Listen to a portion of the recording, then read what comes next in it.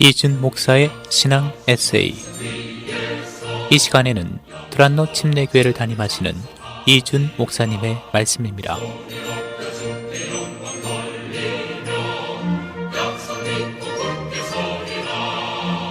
안녕하세요. 두란노 침례교회 이준 목사입니다. 예수님께서 십자가 소명을 이루기 위해 예루살렘에 입성하시던 날 하나님께서 신비한 사건을 연출하십니다. 먼저 예수님께서 어린 나귀를 타고 예루살렘으로 올라가는 장면이 그렇습니다. 이 장면을 하나님께서 스가랴 선지자를 통해 미리 예언해 두신 겁니다. 주님께서 이 땅에 오시기 약 500년 전에 살았던 선지자 스가랴는 예수님이 어떤 분인지, 예수님이 예루살렘에서 이루실 일이 무엇인지를 정확하게 예언하고 있는 겁니다. 참 신비합니다. 먼저 스가랴는 어린 나귀를 타고 예루살렘에 임하실 주님을 공의롭고 구원을 베푸실 분, 그리고 겸손한 분으로 묘사합니다. 예수님과 정확하게 일치합니다. 또한 주님께서 예루살렘에서 하실 일을 화평을 이루고 그 화평을 이 땅의 모든 백성들에게 선포하는 것이라고 예언합니다. 이 예언도 그대로 이루어졌습니다. 주님은 예루살렘에 올라가신 후 십자가 위에서 화목 제물이 되셨습니다. 이 십자가 사건을 통해 이루신 것이 바로 화평인 겁니다. 죄의 문제를 완전하게 해결하심으로 하나님과 인간 사이의 화평과 사람들 간의 화평을 이루신 겁니다. 전지하신 하나님께서 연출하신 사건은 이처럼 신비하기만 합니다. 또 하나의 신비한 사건이 연출됩니다. 바로 수많은 사람들이 종려나무 가지를 흔들며 예수님께 큰 소리로 외치는 장면입니다. 큰 무리는 이스라엘의 왕이시여 호산나 우리를 구원해 주세요 하고 외칩니다. 그런데 예수님을 환영하는 이 장면이 요한계시록의 한 장면과 오버랩되는 겁니다. 계시록 7장을 보면 모든 나라 모든 민족에서 나온 큰 무리가 흰옷을 입고 손에 종려나무 가지를 들고 흔들며 보좌와 어린 양 앞에 서서 구원하심이 보좌에 앉으신 우리 하나님과 어린 양에게 있도다 하고 외칩니다. 흰옷을 입은 사람들은 예수님을 믿고 낙원에 들어간 성도들입니다. 주님께서 사도 요한에게 이상을 통해 보여주신 장면입니다. 이 두 장면이 아주 비슷합니다. 단 큰 무리가 외치는 메시지가 다릅니다.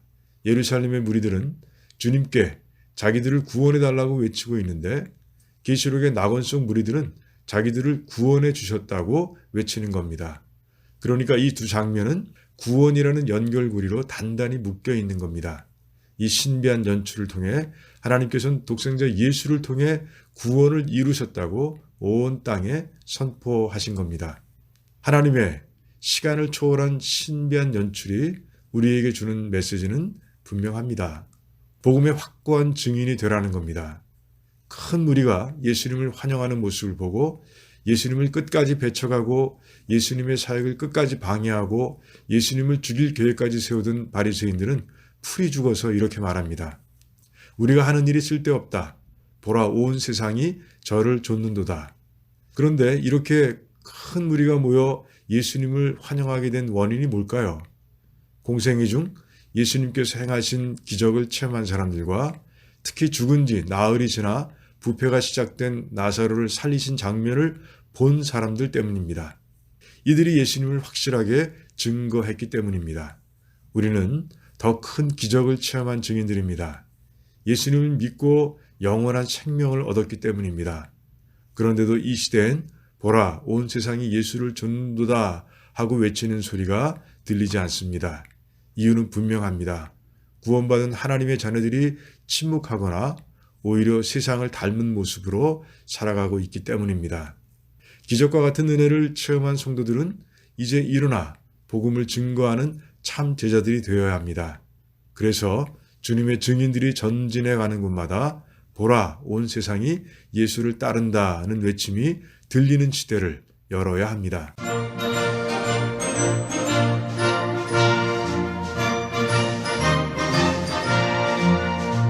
지금까지 이준 목사의 신앙 에세이였습니다.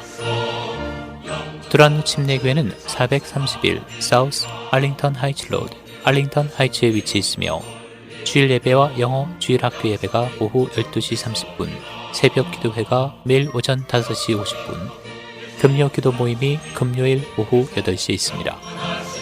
신앙 상담이나 그에 관한 자세한 사항은 전화 847-858-4464, 858-4464번으로 연락 주시기 바랍니다.